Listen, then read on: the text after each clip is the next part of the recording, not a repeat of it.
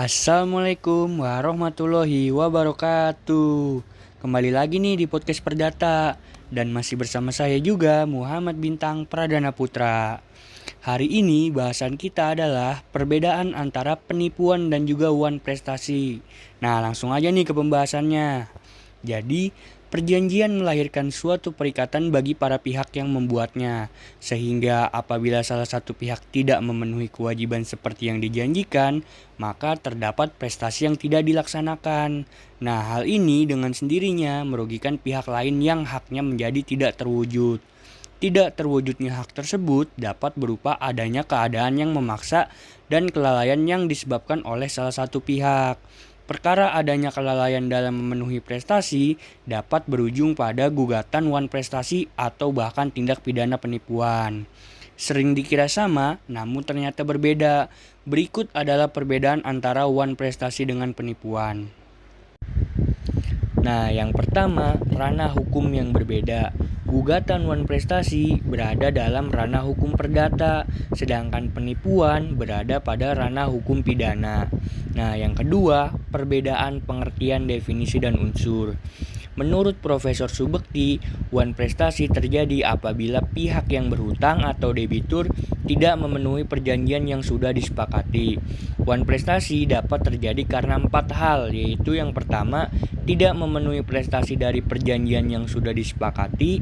Yang kedua, memenuhi prestasi dari perjanjian namun tidak sebagaimana mestinya atau keliru. Yang ketiga, memenuhi prestasi dari perjanjian namun terlambat.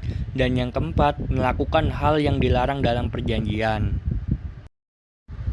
Kemudian untuk tindak pidana penipuan telah diatur dalam pasal 378 Kitab Undang-Undang Hukum Pidana yang menyatakan bahwa barang siapa dengan maksud untuk menguntungkan diri sendiri atau orang lain secara melawan hukum dengan memakai nama palsu atau martabat palsu, dengan tipu muslihat ataupun rangkaian kebohongan, menggerakkan orang lain untuk menyerahkan barang sesuatu kepadanya atau supaya memberi hutang ataupun menghapuskan piutang, diancam karena penipuan dengan pidana penjara paling lama 4 tahun.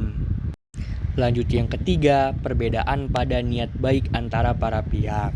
Perbedaan yang mendasar antara perkara gugatan non prestasi adalah terletak pada goodwill atau niat baik antara para pihak. Itikat baik tersebut dituangkan dalam perjanjian saling menguntungkan baik di hadapan pejabat umum atau dibuat oleh pejabat umum ditandatangani kedua belah pihak. Sejak dari awal tercermin motivasi pada para pihak untuk bekerja sama, sedangkan dalam tindak pidana penipuan sejak awal sudah dilandasi oleh niat jahat atau melakukan kejahatan. Dalam rangka memperoleh keuntungan dilakukan dengan cara melakukan tipu daya seolah-olah benar atau secara melawan hukum, sehingga orang lain menderita kerugian materi maupun imaterial. Nah, yang keempat, perbedaan cara mengajukan tuntutan kerugian. Cara mengajukan tuntutan ganti kerugian akibat wan prestasi melalui gugatan perdata ke pengadilan negeri, sedangkan tuntutan pidana akibat perbuatan yang melakukan penipuan melalui laporan dugaan tindak pidana melalui kepolisian. Selanjutnya, saya akan berikan contoh keduanya. Sebagai contoh dari wan prestasi, A meminjam uang dari B sebesar 5 juta rupiah. A berjanji akan melunasi utangnya dengan cara mengangsur sebesar 500.000 rupiah setiap bulan. Pada bulan pertama sampai bulan kelima, pengangsuran pelunasan utang dari A ke B ini berjalan dengan lancar. Akan tetapi pada bulan ke-6, si A ini hanya membayar kepada si B sebesar 300.000 rupiah.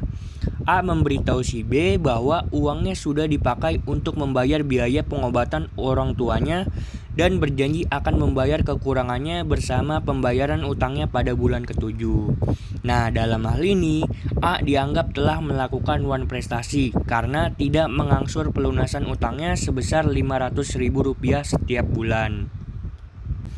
Kemudian sebagai contoh dari penipuan, misalkan A meminjam uang dari B untuk membuka sebuah restoran.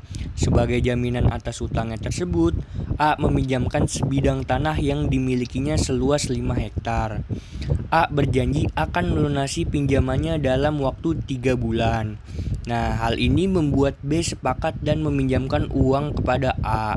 Setelah lewat jangka waktu 3 bulan, ternyata A tidak melunasi utangnya sehingga B ingin mengeksekusi tanah yang A jaminkan.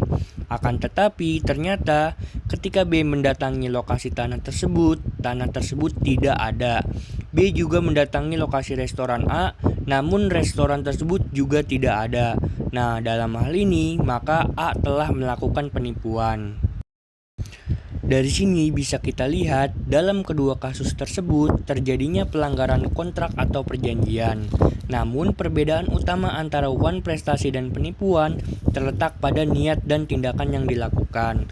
Wan prestasi terjadi ketika seseorang tidak memenuhi kewajiban yang sudah disepakati.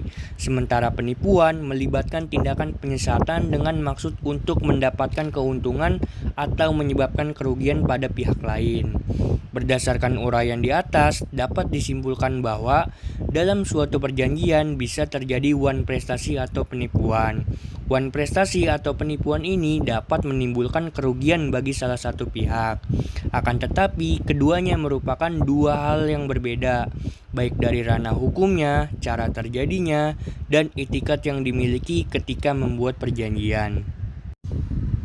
Baik, terima kasih banyak. Itu tadi pembahasan kita tentang perbedaan antara penipuan dan juga wan prestasi.